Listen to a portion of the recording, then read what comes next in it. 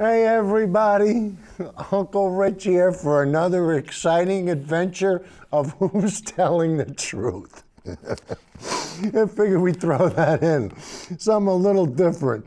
And let's see, today's date is November 16th, 2015. This is show number 116, and the name of the show is Evolution.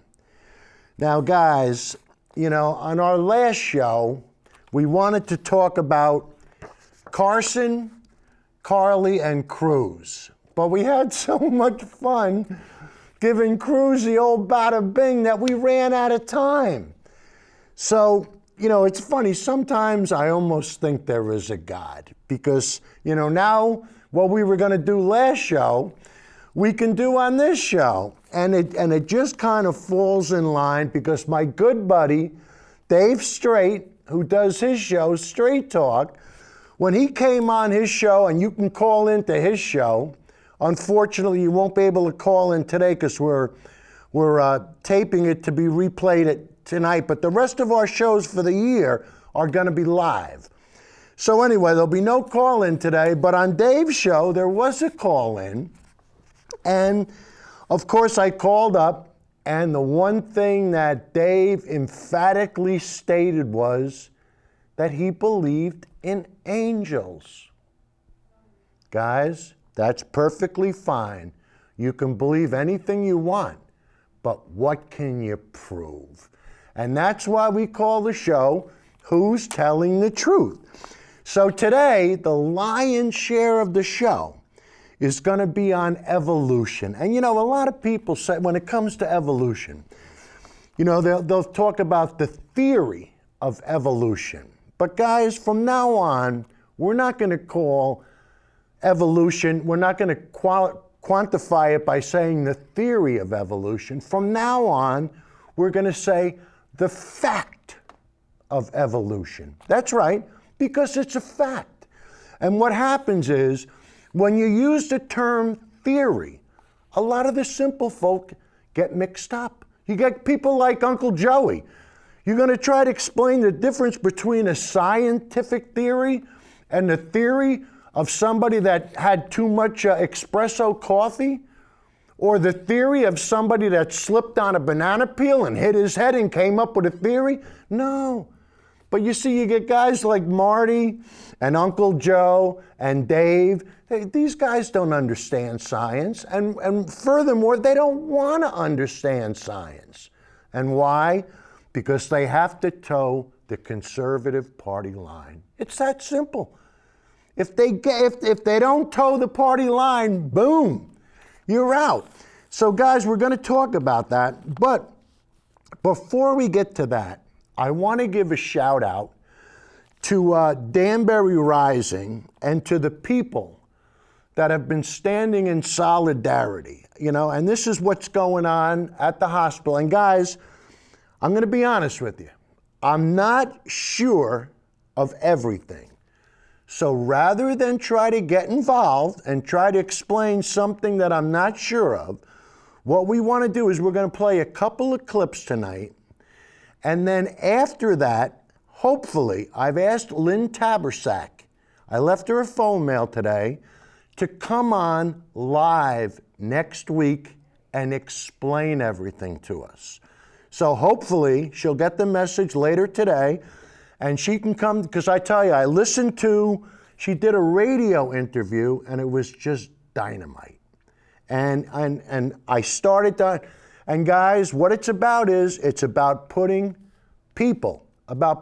patience before profits. And this is the one thing that drives me crazy.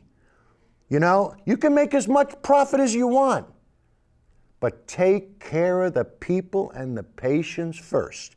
And when you find out how much money some of the people at the hospital are making, you're going to say, you got to be kidding me.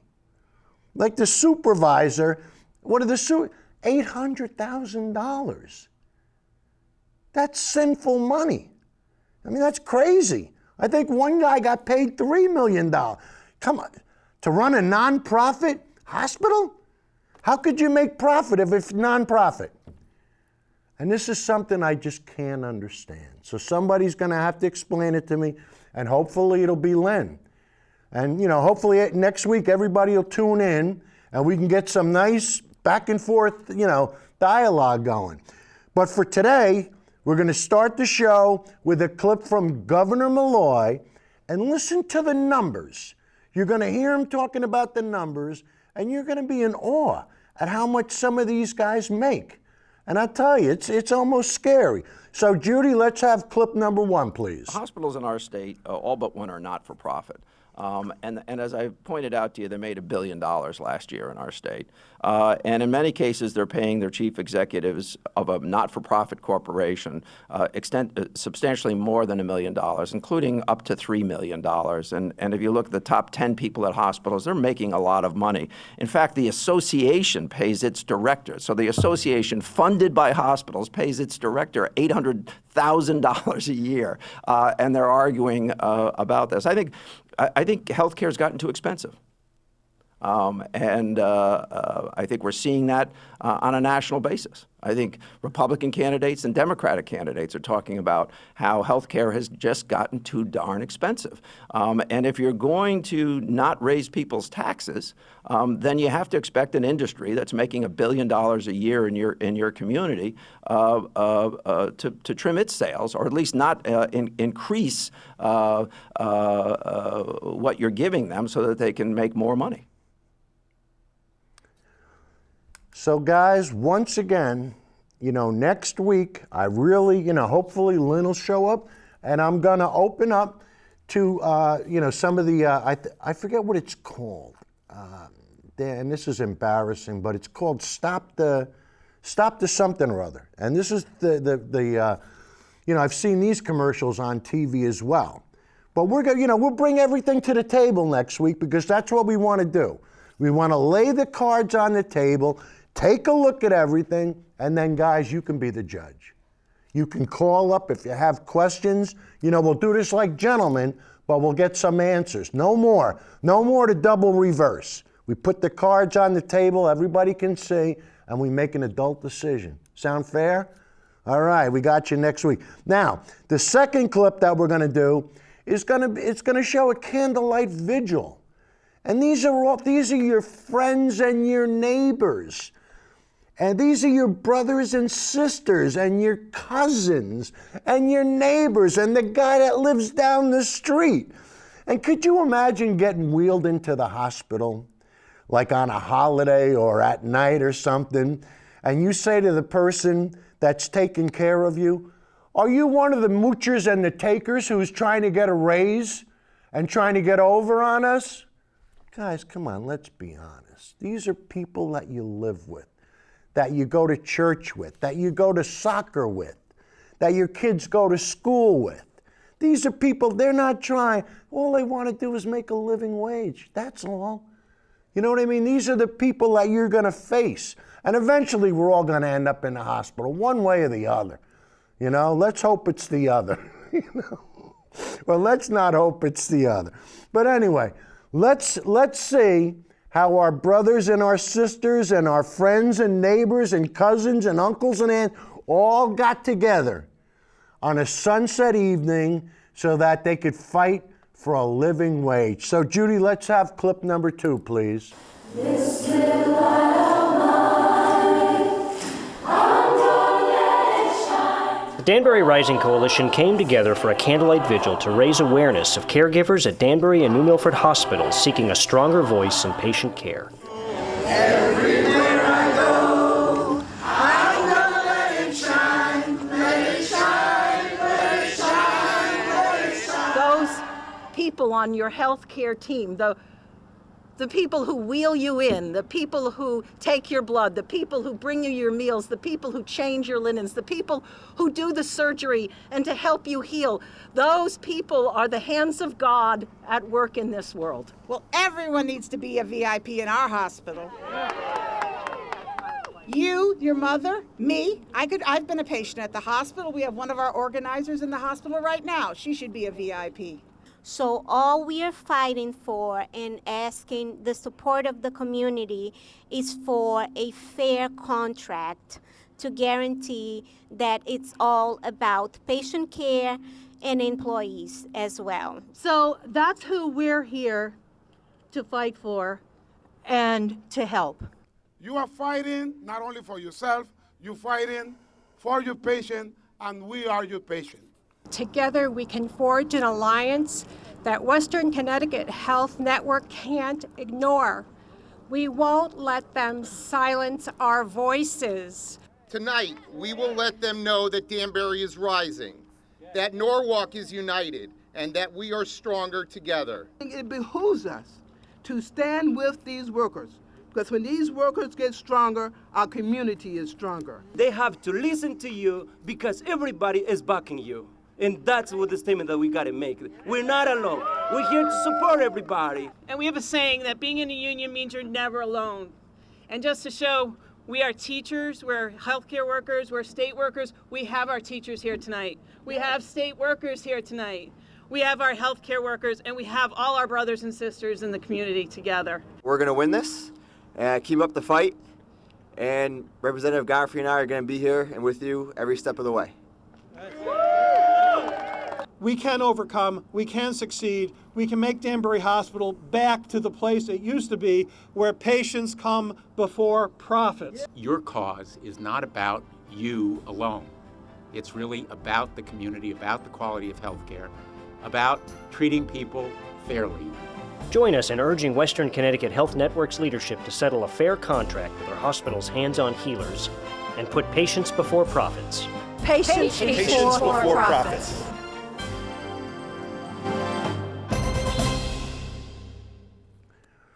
A fair contract.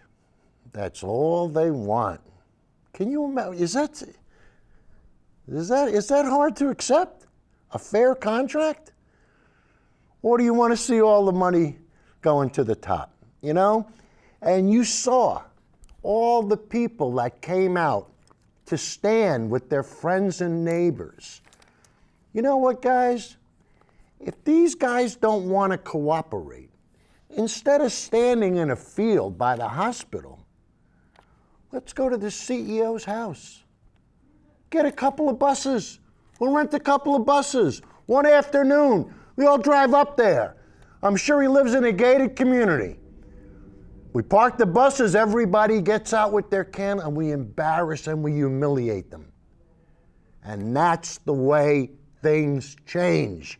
Could you imagine the CEO looking out his front window with a mob of people out there with his kids in the house? Daddy, why are they protesting? Because I don't pay him enough. Well, Daddy, can you pay him more so they can get off our property? So I can go to school like the other kids, so the other kids don't call me names because you don't want to pay people a living wage? Now, if that's what it comes down to, if that's what we got to do, that's what we'll do. But there are times when you have to say to you, enough's enough. You know, like Bernie says, I've had it. So next week, hopefully, next week, guys, we'll have both sides at the table, and we'll let everybody can call up, and, you know, we'll get all the answers, all the facts and the answers. But now we're going to get to the meat of the matter.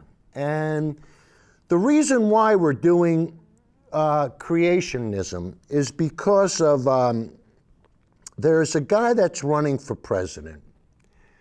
And guys, I want to tell you, Ben Carson he's an evangelical fundamentalist. And he believes everything in the Bible. And he doesn't believe in evolution. Here's the worst part. He's a neurosurgeon that deals with science. So how can you have a neurosurgeon think that the world is 6,000 years old, that we didn't evolve, that, you know, the way things came about was we had fully developed zebras and lions and dinosaurs and guys, and what happens is you have to say to yourself, wait a minute. You want me to vote? You want to run the country? You want me to vote for you? And you think the world is 6,000 years old? You want me to vote for you and you don't understand science? How is this possible? And guys, you know, everybody was bashing Carson about his lying. And you know what? We're taking the high road because there could be hearsay and innuendo about his lying. But when it comes to creationism, we're going to prove it to you. And how are we going to prove it? Very simple. We're going to use people like Richard Dawkins, Lawrence Krauss, Bill Nye, and guys, to prove our point, we're going to show you a court case that was held in Dover, Pennsylvania. And it was about intelligent design. And we're going to show you the verdict. We're going to show you the whole, we're not going to show you the whole clip. It's a beautiful movie that was done on PBS, and I highly recommend watching it, but obviously it's an hour and a half long, so we just have a few segments from it. But, you know, you're going to see that on this show, the reason why we call it Who's Telling the Truth is we're going to show you some of the actual court transcripts. And guys, that's it. And the case is settled. But of course, you're going to get people like Carson that want to have invisible friends in the sky, and that's fine. You know, you can believe whatever you want, and I'll defend your right to believe it. But guys, if you start teaching your kids that 2 and 2 equals 5, guess what? They can believe that too, but they won't be able to prove it, and we can't raise children like this. And you're going to hear these guys speak about it. But first, let's take a look at Ben Carson. And let's watch how embarrassing this guy is. And guys, I'm telling you, like I said, he wants to run for president and he doesn't understand science. Hey, he ain't getting elected here. So Judy, let's have clip number 10, please. You know, this whole creation evolution controversy has been raging on really since the beginning. Because what is Satan's plan? To get rid of God. Hello, this is Voice of Reason. Today on Debunking Creationists, I am discussing Dr. Ben Carson, a retired neurosurgeon and presidential candidate, who recently made a speech at a religious conference called Celebrating Creation. I also had an opportunity to have a debate publicly with Don Johanson, the famous archaeologist who discovered Lucy. He's an anthropologist. The so-called missing link. And, you know, he shows this all over the world, this little skull with a protruding mandible and a receding forehead. And I said, you know, I'm a neurosurgeon. My fellow scientists and neurosurgeons, ladies and gentlemen. And I operate on a lot of people who have, you know, deformed skulls and things. And, you know, eventually they die and they get buried. And years later, somebody like you comes along and finds their skull and said they found a missing link, you know? But I said, you know, why is there just one of them? Why isn't there a whole colony of them? How can you dig up this one little thing and then extrapolate? The Lucy fossil is not just a skull. It is a 40% complete skeleton. And her skull is not what makes her remarkable, but rather it is her hip and leg bones that show she was bipedal. And yet she was not human, as she had many primitive ape features, similar to what we still find in chimpanzees. In fact, she shares at least 14 traits with chimpanzees that are not present or different in humans, and at least 22 traits with humans that are not present or different in chimpanzees. And 12 of these traits indicate bipedalism. That proves she is not just an ape or just a human, but an excellent example of a transitional species. And the Lucy fossil is just one of over 400 fossils we have found for her species, Australopithecus afarensis. I really don't know how we can assert that it's a single skull of a deformed human. nobody, and nobody cares for me. Plus, A. afarensis is not the only fossil species showing a transition from primitive ape to humans. There are several others, dating both older and younger, with thousands of fossil specimens. But I think perhaps the most important evidence for the existence of God is what happens in our own lives, our own personal experience with God. There is nothing in any book or any university that compares with your own personal experience. You're putting me on.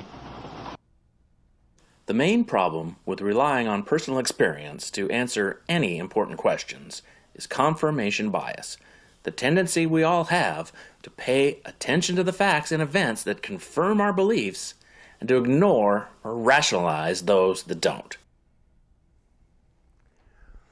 Guys, a confirmation bias. This is what Marty and Dave and Joey, they don't want to, like when it comes to global warming, you think they would go onto the NASA website and look it up? No. They want to get a guy like Anthony Watts who runs a blog, who's a nobody, and runs a blog. That's where they get their information from. They just want to have confirmed what they think. They don't want to challenge anything. And that's why we surround ourselves with the question marks. It's simple. Just keep asking questions. And I tell you, on Facebook, and guys, you know, check us out on Facebook, but Uncle Joey on Facebook, he made some stupid statement. And I said, Joey, could you please be specific and cite your source? And you know what he said to me? He goes, Rich, you look it up. I said, Joe, you made the claim, you present the evidence. I'm not wiping your butt. You say something, be able to defend it. If you can't defend it, guess what?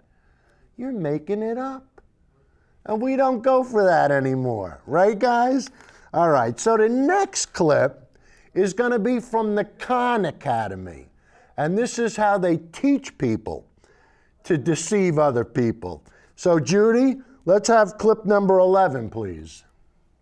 I got a better future for me and my family. I got a career helping others. One phone call changed my life. I called the Khan Academy. At the Khan Academy, we believe in you. Heck, we believe in just about anything. At the Khan Academy, you can be fully trained and ready for an exciting new career in the paranormal in as little as 8 months. We know with our hearts and our minds, and because we have a dictionary, that you can't spell confidence without Khan. We looked it up. That's why we work hard to build confidence in our trainees, because believing really is seeing. Square. Hit. Circle. Wow, hit. Star. That's amazing. You just went 10 for 10. Really? No, but you did get this one right. Oh my God. And that feeling you're having right now, your clients will feel that too. They'll remember the hits and forget the misses. That's exactly what I'm doing. Why am I doing that? Psychologists call this the confirmation bias, where you look for and find confirming evidence for what you already believe, and you ignore the disconfirming evidence. People want to believe, and your clients will too. But your Khan Academy training won't stop at the classroom door. We go one step beyond with practical, real-world training. I'm feeling a strong spirit coming through here from the other side, someone who's passed over, maybe an M name, N name. K, perhaps, no, oh wait, no, it's a L? Is oh it my God, my Uncle Larry. He passed like 2 years ago. Yes. Does he have a message for me? Hang on, he does. He says everything is gonna be okay, and that he loves you as only an uncle can. Oh my God! There's no way he could have known that he was my uncle. It really is that easy, so don't miss out on this amazing opportunity. Classes are starting soon, and financial aid is available. We'll have one of our current students help you out with the lottery numbers. I'm getting a 7. The Khan Academy. Because you may not know what the future holds. And neither do we.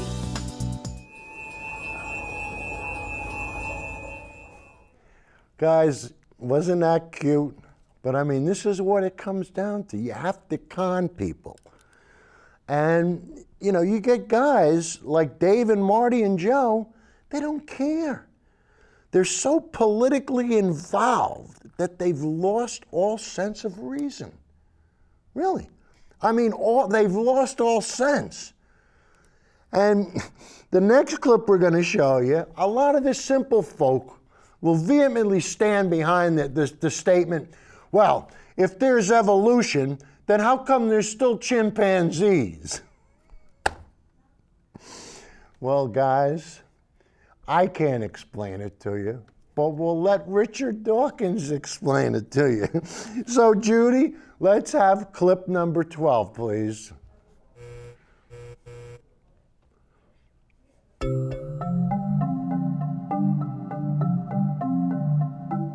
People often ask me, if we're descended from chimpanzees, how come there are still chimpanzees? Well, we're not descended from chimpanzees. We're both descended from a common ancestor who lived there about 6 million years ago. That common ancestor then produced two branches, one of which went to us humans, and one of which went to chimpanzees, branching further to produce bonobos and common chimpanzees. We are all cousins. We are not descended from chimpanzees. More distantly related are gorillas. They share a common ancestor with both us and chimpanzees. That's the common ancestor between gorillas and humans and chimps. So humans and chimps are a natural group which are related to gorillas, cousins of gorillas, and all of those animals, which are all African apes. The African apes are gorillas, humans, bonobos, and chimpanzees. All the African apes have a common ancestor with orangutans. That's the common ancestor with orangutans. Those are all the great apes. So the great apes are all cousins. Within the great apes, the African apes are closer cousins. Within the African apes, humans, bonobos, and chimps are closer cousins still. And within them, bonobos and chimpanzees are the closest cousins of all.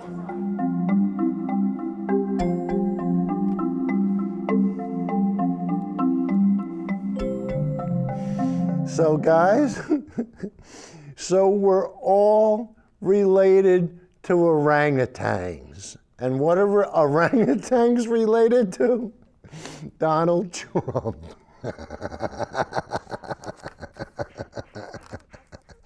All right. Now, the next clip is going to be Richard Dawkins explaining about evolution. And guys, just pay close attention to what he says, because, I mean, you're listening to the wisdom of somebody who spent decades at Cambridge and Oxford. I mean, this, you know, when you read some of the books that he's written, The God Delusion, and just unbelievable, you know? So anyway, now we're going to play a clip from Richard Dawkins, and he's going to explain evolution to you, and more importantly about the genealogy, and that's really the key. That's really how we can separate and we can pinpoint and we could, and guys, everything is viewable and observable and provable and testable. So you're welcome. Judy, let's have clip number 13, please. I look at the United States. Currently, the Republican presidential candidates, as far as I know, every single one of the declared candidates, with the exception of Trump, about whom one doesn't know which way he would answer, when asked about evolution, essentially say they don't believe it. And Jeb Bush was asked it. He said, well, I sort of believe it, but I don't think it should be taught in schools. Oh, yeah. Well, this fills me with despair. I mean, this is not something you believe in or not. I mean, this is a fact. It is a fact. It's just as much of a fact as that the Earth goes round the sun. You can't not believe it unless you're ignorant. And I don't believe those presidential candidates are all ignorant. I believe what they're doing is they think that they've got to say that in order to appeal to their constituency. And if that's true, it's deeply depressing. In your wonderful little book, The Magic of Reality, you talk about some of this. So how would you explain to somebody who says, I don't believe in evolution, what do you use the most powerful evidence for evolution? I think the most powerful evidence is probably not fossils, although fossils are the main evidence for the actual history of life. The most powerful evidence that evolution has happened is probably molecular genetics. because whereas in Darwin's time, the comparative data, you looked at a human hand and you compare it with a bat's wing, a whale's flipper, a lion's paw, you see that the same bones, you can identify them bone for bone, the humerus, the radius, the ulna, the phalanges, and so on. That was in Darwin's time. Now we can do that same kind of thing, but with molecules, with actual coded letters of DNA and equivalent in protein. You can actually look at long reams of code, and you can actually compare the letter by letter exactly as you might compare two versions of the book of Jeremiah or something. I mean, it's letter for letter comparison, and you can actually count the number of differences in millions between, say, humans and chimpanzees, humans plus chimpanzees and monkeys, shrews, hippopotamuses. You can take any two animals you like and look at their molecules and literally count the number of letters that are different. I mean, that is just so overwhelmingly strong evidence. Darwin would have loved it. What do you say to Ben Carson? Teaches medicine at Yale, and he says he's a creationist. He thinks that God created the world, and he says, you're going to tell me that the complexity of the human brain, and he's a brain surgeon, came out of a soup full of chemicals and such? Well, I am going to tell him that, but not suddenly. I mean, it took a very, very long time, but by gradual stages. That's what these people don't understand. They think it all happens suddenly. Well, if you think that, of course you don't believe it, obviously. It couldn't happen suddenly. But if it happens gradually, each stage just gives rise to the next stage, the next stage, the next stage, and each stage is only a tiny bit different from the one before, then you can start understanding it. You've just told me that all the Republican candidates except one say they don't believe in evolution. I mean, that's a disgrace. But for a senior, a very eminent, distinguished doctor, as he is, to say that, it's even worse. Because, of course, evolution is the bedrock of biology. And biology is the bedrock of medicine. And so for a distinguished doctor to not understand, I have to use the word understand, he clearly doesn't understand the fundamental theorem of his own subject. That is a terrible indictment. So when people say it's a theory, it's worth pointing out, it's a theory like all of science is a theory in the sense that it does rest on evidence. Yeah, we've got to stop calling it a theory because the word theory is misunderstood. It's taken to mean hypothesis. Evolution is a fact. It's as simple as that. It is a fact. Another way of putting it would be, it's a theory that has been confirmed by thousands of pieces of data. Thousands and thousands of independent, mutually confirming pieces of data. Carson, I'm dwelling on him because, you know, he is a very important Republican candidate, but also because I think he represents what a lot of people think. This represents the height of arrogance of humans to believe that they can understand God's mystery. Yes, I mean, I wouldn't want to call Mr. Carson arrogant. He's a nice man. I met him, I mean, and I liked him. But it is a form of arrogance to say we know what God does. I mean, the only way to know anything is by looking at the evidence. And in this particular case, the evidence is overwhelming. There are plenty of scientific ideas where the evidence is not overwhelming, and there scientists disagree, and it's open to doubt. So like he said, the evidence is overwhelming. Guys, you can go to any museum and look at the fossils. You know, you won't be able to find the gene records, but, you know, like he said, evolution is the bedrock of biology. And guys, once you start to look at the layers of time and how we virtually crawled out of the mud and crawled out of the oceans. And eventually we went back into the oceans. But guys, you know, we've got some of the best minds on this, and the next one is Lawrence Krauss, and he's talking about creationism and how it's an insult to teach this to your children. So Judy, let's have clip number 14, please. It amazes me that people... Here's the thing. If you had a political... It amazes me that people have pre-existing notions that defy the evidence of reality, but that they hold on to them so dearly. And one of them is the notion of creationism, or in fact, look, Senator Marco Rubio, who's presumably a reasonably intelligent man, and maybe even educated, was asked, what's the age of the Earth? And ultimately, either because he actually believed it or he was trying to appeal to some constituency, had to argue that it's a big mystery, that somehow we should teach kids both ideas that the Earth is 6,000 years old and that it's 4.55 billion years old, which is what it is. If you think about that, somehow saying that, well, anything goes, we shouldn't offend religious beliefs by requiring kids to know, to understand reality. That's child abuse.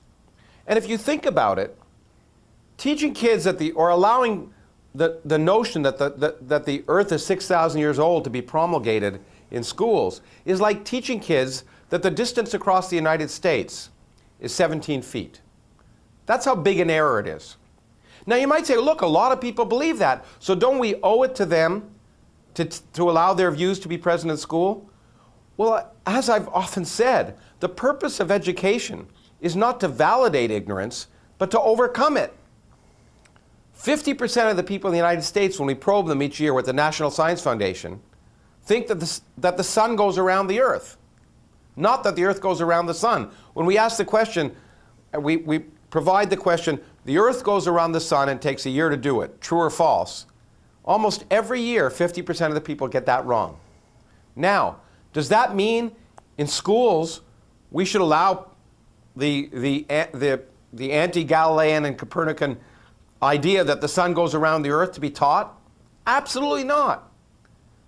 If in fact, the very fact that people don't know that, and the very fact that enough people are willing to somehow believe the Earth is 6,000 years old, means we have to do a better job of teaching physics and biology, not a worse job. The last thing we want to do is water down the teaching of biology because some people don't recognize that evolution happened.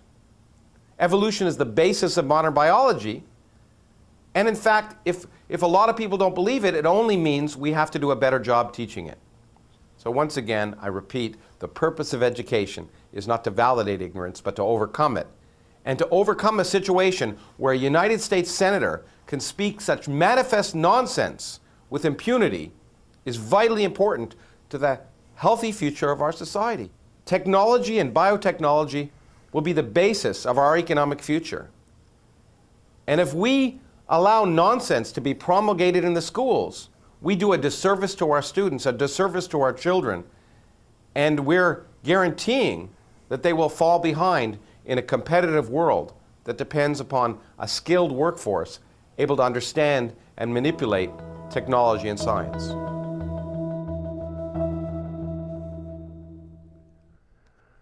So Marco Rubio thinks the world is 6,000 years old, and he wants to run this country? And Ben Carson's the same way, and he wants to run this country? I mean, this is unbelievable. Wait. We're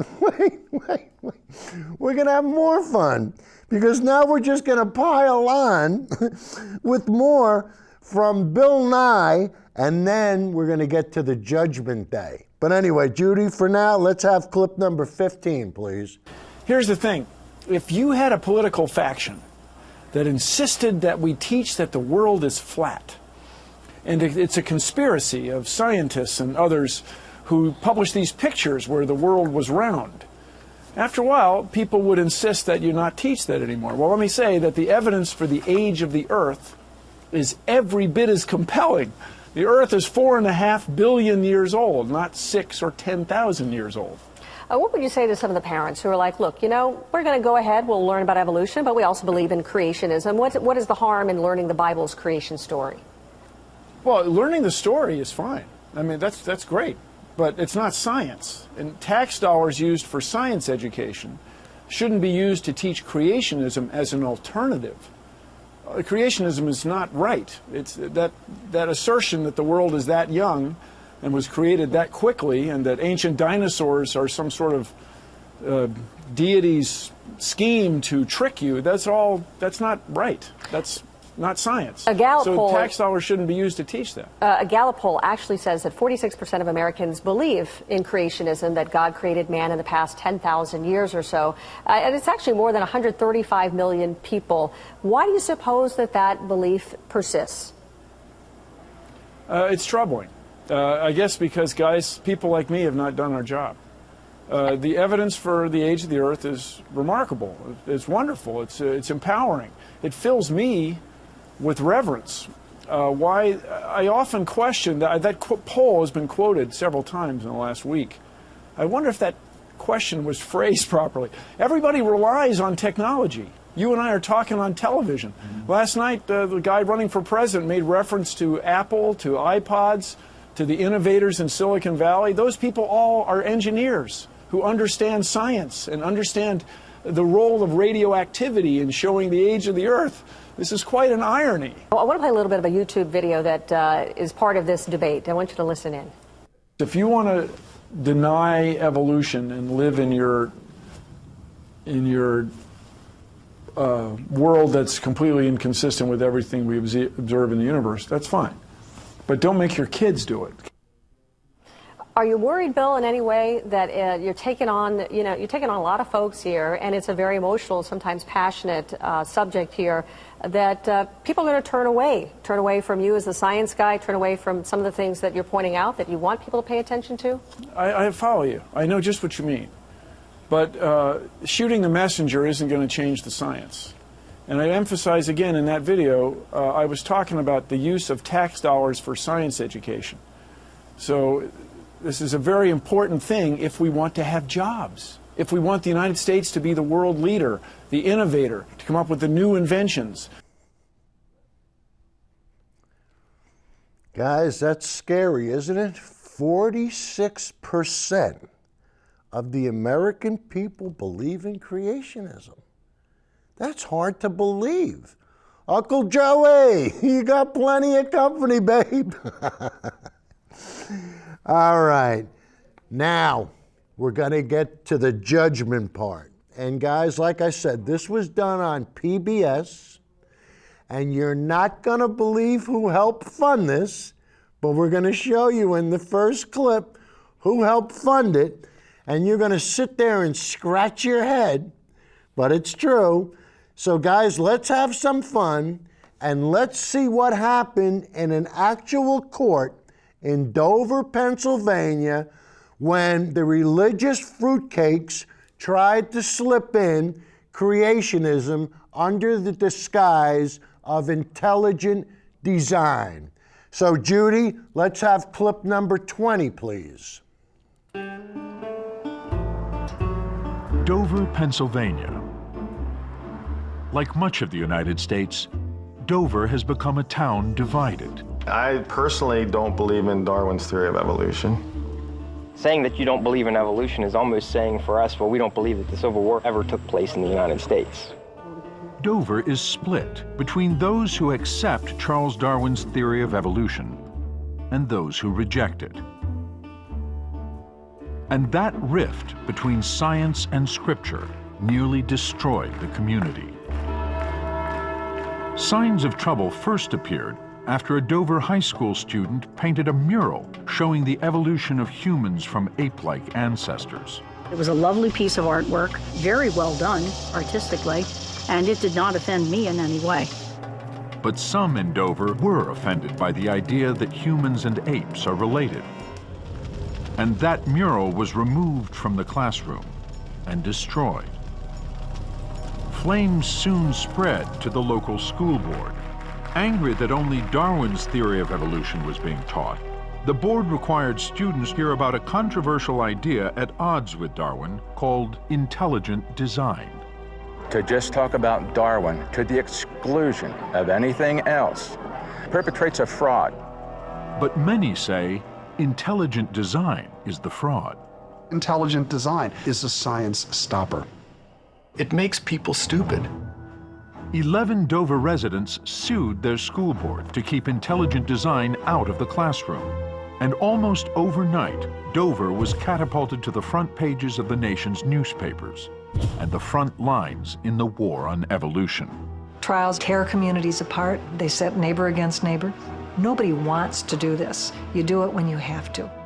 With Dover split down the middle, a federal court would decide if intelligent design is legitimate science or religion in disguise. And the verdict would have consequences that reach far beyond the classrooms of Dover. It's about religion, politics, and power. Up next on Nova, Judgment Day. Intelligent design on trial.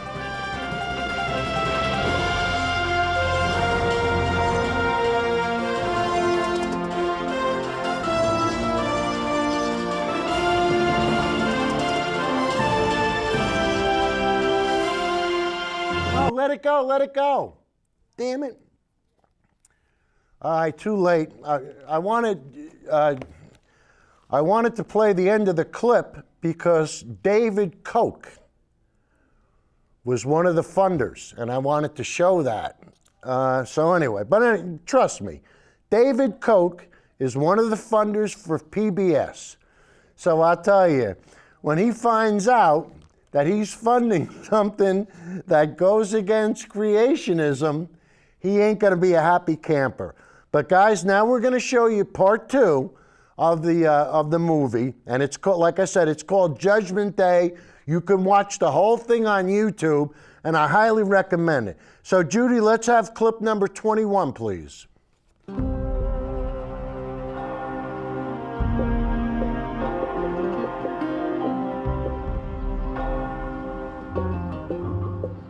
In October 2004, a war broke out in the small town of Dover, Pennsylvania. Today, the teachers in a rural Pennsylvania town became the first in the country required to tell students that evolution is not the only theory. It started when the Dover Area School Board passed a policy requiring that its high school science classes include a controversial subject called intelligent design. Proponents of intelligent design claim that many features of living organisms are too complex to have evolved entirely through the natural process of evolution, as Charles Darwin proposed. Instead, they claim some aspects of those organisms must have been created, fully formed, by a so-called intelligent designer. And, advocates contend, intelligent design is a bold new scientific theory with the power to overthrow the theory of evolution. It's scientists debating science based on the evidence, not based on any religious text or authority, and it's clearly, properly the subject of a science class. It's in fact opening the path of inquiry to new ways of thinking about things. Evolution by natural selection is a scientific doctrine, then a critique of that doctrine is a legitimate part of science as well. The Dover School Board demanded that science teachers read their students a 1-minute statement claiming that gaps in the theory of evolution exist, and putting forward intelligent design as an alternative.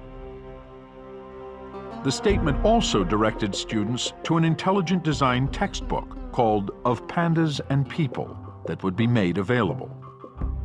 But many Dover residents and an overwhelming number of scientists throughout the country were outraged.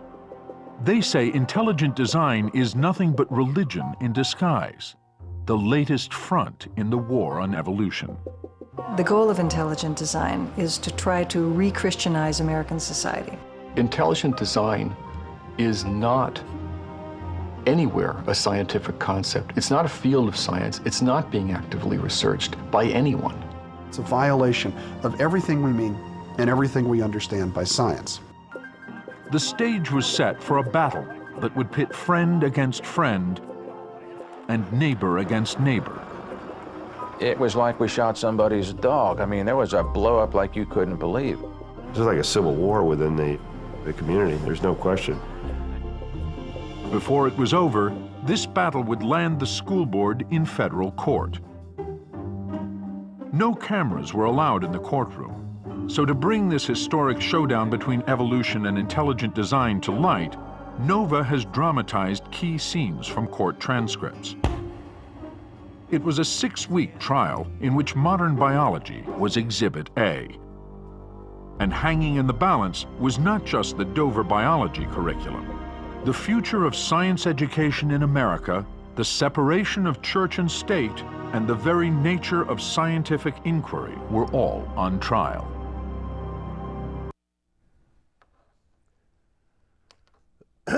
So guys, they want to bring intelligent design in, and they want to disguise it. They want to, instead of calling it creationism, now it's intelligent design. Why? So you could trick the simple folk. I mean, this is why you want to do it. And what's the ultimate reason? So they can bring God into the classroom. And why do they want to bring God into the classroom? Because if you can convince people to believe in things that don't exist, you can get them to vote any way you want. And this is the whole idea. And that's why I say it's all political. Because we're past the point of being stupid. It goes further than that. It's being willfully ignorant. And that's the problem. When you refuse to accept evidence and science, and you do what your political leaders tell you to do, hey, there's no room for you here, babe. You know what I mean? You guys, I tell you, this is bad jazz, and this ain't gonna float in my toilet. It's that simple. You're not gonna get away with it. And guys, the third part of this show is the verdict. And of course, creationism, intelligent design loses. Why? How are you going to have evidence for any of this stuff? You can't. But it's worse than that. They lied and they cheated in the name of God. Can you believe that? I'm lying for God. And this is the way these people think. It's okay then. You know, I remember one time I was listening to, I think it was Lawrence Krauss. No, Michael, I forget. Anyway, they said, you know what? When the Israelites were commanded to kill the Amalekites and take their kids as slaves and rape their women, you know, it was good. Why was it good? Because God commanded it. And anything God commands is good. And this is what happens. And this is why you get guys like Dave Straight that believe in angels. They can't accept science, but they'll believe in angels. And guess what? They'll vote for your guy. And the wilder it gets, the crazier it is, the more fruitcake it is, the more they like it. Why? I don't know what goes on. I don't know what goes on. But let's look at part 3. This is the verdict of the verdict. So Judy, 22, please. But Barbara Forrest testified that the intelligent design movement's goals are not entirely scientific and are spelled out in a secret Discovery Institute document that had surfaced on the internet. Their goals are listed quite clearly in the Wedge document. It's their strategy document that they drew up about 9 years ago in 1998. Their goal is to completely overthrow all of the effects of evolution on society, which they think are uniformly negative. This document states that they want to completely change American culture back to what they believe is its properly religious foundation. They want every area of life to be governed by their particular religious preferences, and they're very clear about that in this document. According to the Wedge document, Darwin portrayed humans not as moral and spiritual beings, but as animals, leading people to abandon objective moral standards. The document lays out an ambitious agenda to overthrow this legacy.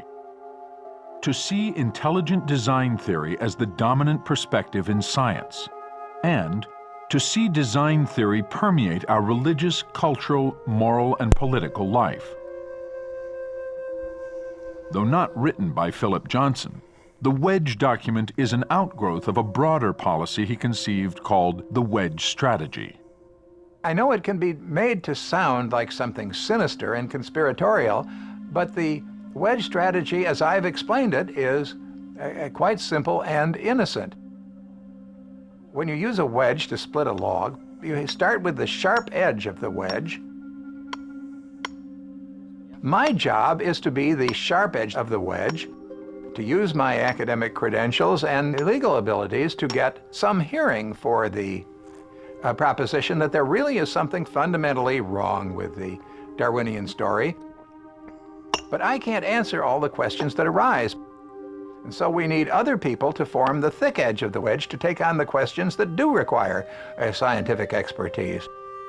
With Michael Behe and others forming the wide end of the wedge, Johnson hopes the wedge strategy will overturn what he sees as the negative effects of a century and a half of Darwin's theory. The Darwinian story, when it became accepted, had a huge cultural impact. And if that story were discredited, then the cultural impact would be reversed, and there would be cultural changes in the other direction as well. There is something outrageous about such a huge body of evidence being put together, then being confirmed in all kinds of other scientific disciplines, particularly genetics, and having other people just sort of deny it for reasons that have nothing to do with truth. And this became apparent during the trial. And then you began to look towards the judge and think, how is this guy going to get out of this? Because here he is, he is a Republican, he's been appointed by George W. Bush, who has said that he thinks the jury is out on evolution and both theories should be taught. And you began to think, what is this poor guy going to do?